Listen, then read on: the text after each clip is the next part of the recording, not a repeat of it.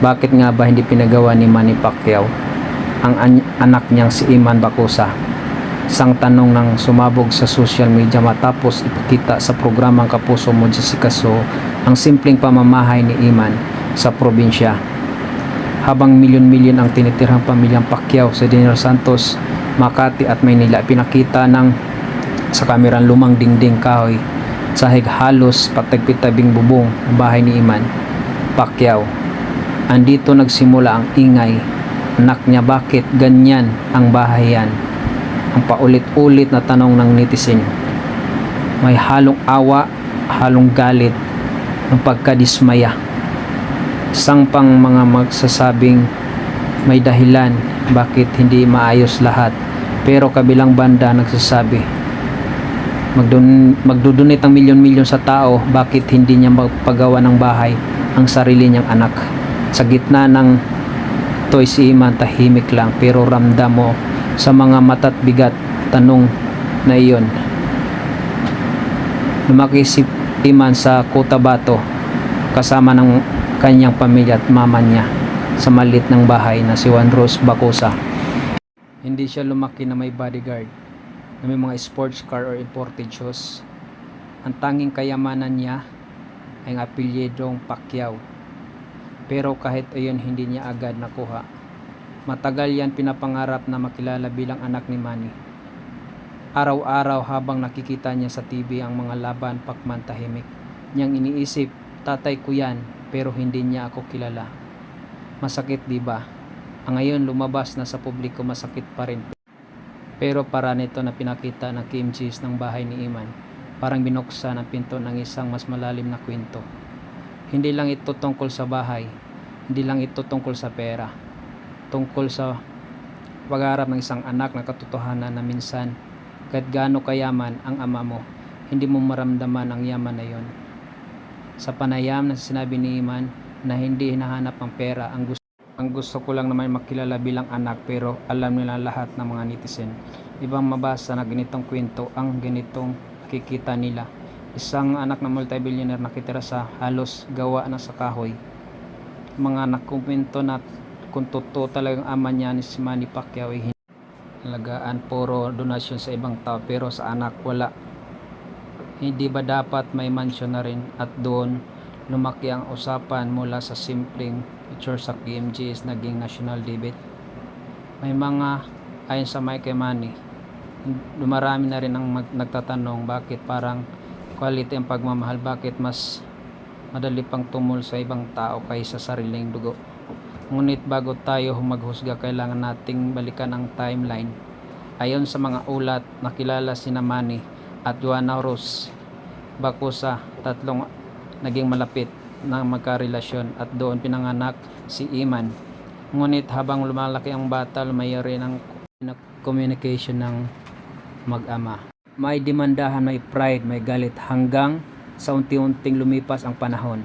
Lumaki si Iman na walang ama. Ang kilalang tanging alam niya ay haligi ng Pilipinas, pero malayo, at kahit ganon hindi siya nagtanim ng galit.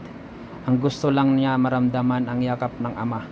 At noong 2025, unang pagkataon na magkita sila muli, doon sa KMJS episode na yon, makikita mo nanginginig ang boses ni Iman habang sinasabi, yes, 10 years kaming di nakita ng mata ko. Sinulit, pinigilan ko yung luha ko. Maraming nanonood, maraming naiyak. Pero pagkatapos ng emotional na reunion at ito, marami ngayon ang kinikilala na siya hindi pa niya pinagawa ng bahay. Ang totoo, wala pang malinaw na sagot si Manny. Silang panayam sinasabi na inayos pa nila ang lahat ng legal personal, na baka raw gusto rin Iman na patunayan ang sa sarili niya na. Pero sa mata ng publiko, parang mabagal ang galaw, parang ang kulang. Parang may kulang yun din ang sumisingit sa chismis, na may nagsasabing baka raw hindi tanggap ng buong pamilya Pacquiao. May mga nagsasabi baka raw ayaw ni Manny na mas may sa publiko. Habol, may ilan ding nagsasabi na baka ayaw mismo ni Iman tumira sa bahay na hindi pinagpaguran. Pero kahit ano paman ang mga larawan na nagsasalita ay bahay simpleng kahoy, may kurtinang lumang tila ang sahig, may mga bitak. At sa gitna nito si Iman, nakaupo nakangiti. Proud, sabi niya, dito ako lumaki, dito ako natutong magtiis. At yan ang naging dahilan ng mga manonood na dahil sa panahon ng mga fake stories, scripted reality, ito si Iman. Totoo, tahimik, totoo ang kwento. Pero totoo rin, hindi man maiwasan ang mga kumukulong komento. May magsabi kung ako si Manny, kahit malit lang, bibigyan ko ng bahay. May mga sumagot naman na baka ayaw ni Iman. Hindi lang ito anak, gusto lang ng Hamlet, o hanggang sa issue na talaga ito sa social media na nagsimula pang hashtag bahay ni Iman lahat. Gusto mabigyan ng opinion lahat. Gustong maging tagapagtanggol o tagapuna. At kung titigan mo ng malalim, parang simbolo rin ang buhay ni Iman na realidad ng maraming Pilipino. Yung mayaman ang ama pero hindi mo maramdaman ang yaman. Yun ang kumpleto sa pera pero kulang sa presensya, at doon makita kung gaano kabigat ang pangalan ni Pacquiao.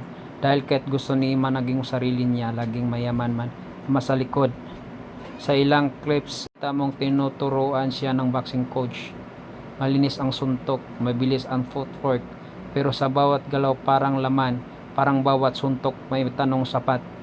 Na ba akong maging anak na ngayon? At habang tumatakbo ang mga araw, dumaan ang mga kanya, hindi dahil apelyido, kundi dahil sa ugali at tibay ng loob. Si Manny Pacquiao, ang anak na ayaw sumakay sa pangalan ng ama. Pero kahit ganon, hindi maiwasan iugnay siya rito. At sa iyong ito ay ang bahay naging simbolo na rin ng pagitan nilang ama. Hindi ito usap-usapan ng bubong at pader. Ito usapin na kahalagahan ng pride ng panahon. Kasi minsan ang hindi mo maibigay ng bahay, napupunan ng yakap, pero minsan din kahit niyakap mo kapag may sabay na ganon, ibang kwento na nabubuo. Marami ring nagsasabi baka gusto rin naman na si Iman mismo ang magpatayo ng bahay mula sa sarili niyang tagumpay sa boxing. Parang legacy na. Baka raw gusto niyang maranasan ni Iman na hirap naranasan niya noon, at may punto rin. Kasi si Manny hindi naman pinanganak na mayaman. Galing din siya sa putik, nagbinta ng tinapay, natutulog sa lansangan. Baka nga gusto rin niya na maranasan din ni Iman kung paano magsimula sa wala. Pero ang problema, hindi ganun kadali ipaliwanag yan sa social media. Sa mata ng publiko, simple lang may anak lang, walang bahay. Mali na doon pumasok. Habang tumatagal, naging mas malalim ang diskusyon. Hindi lang ito tungkol kung bakit walang bahay, kundi tungkol kung paano sukatin ang pagiging ama. Sapat ba ang pera? Sapat ba ang apelyido? O kailangan mong iparamdam sa bawat kilos ng anak? Mahal kita anak. At kung pera lang ang pagbasihan, hindi to kulang at naramdaman ng presensya. Sa huli, tahimik lang si Iman. Hindi siya nagsalita laban sa ama. Ang sabi niya, wala akong hinanakit. Masaya ako, kilala niya ako. Simple, diretso, pero mabigat dahil sa likod ng salita, ramdam mong sugat at unti-unting naghihilom. At sa bawat interview, nakikita mong hindi ginagamit ang pangalan, sumikat ang gusto niya lang kinalaman ng sariling sipag. Maraming netizen ang nagsasabing baka sa Iman hair ng puso ni Manny dahil tahimik mapagmahal, marunong magpatawad. At sa panahon ngayon na puro ingay at drama, minsan yung mga ganitong kwento ay tumatama. Kung tatanungin mo bakit nga ba hindi siya pinagbigyan ng bahay, baka dahil ito naman unti-unting biglaan, baka dahil gusto niyang maranasan na proseso na hindi lang madali o resulta, o baka dahil minsan ang pinakamagandang tahanan hindi ito simentado kundi sa muling pagkikita, sa muling yakap, at sa pagkakataong marinig mo ang anak. Mahal kita anak. Pero ang mga netizen hindi ganun kadali intindihin sa social media. Mabilis ang mata, mabagal ang puso. Lahat ng sagot, agad lahat. Gusto ng justice. Simpleng larawan, at hanggang hindi makikita ng mga tao si Iman na bagong bahay, manatili itong tanong ng mga netizen. Pacquiao ang anak niya na si Iman Bacosa. Isang tanong may halong paghusga pero puro pag-asa dahil sa bawat kwento ng isang anak na naghihintay ng pagmamahal. May isang bansang nakakita ng sarili nilang, at sigurado yan ang dahilan kung bakit viral ang kwento ni Iman. Hindi lang ito ang boksingero, anak siya ng realidad ng minsan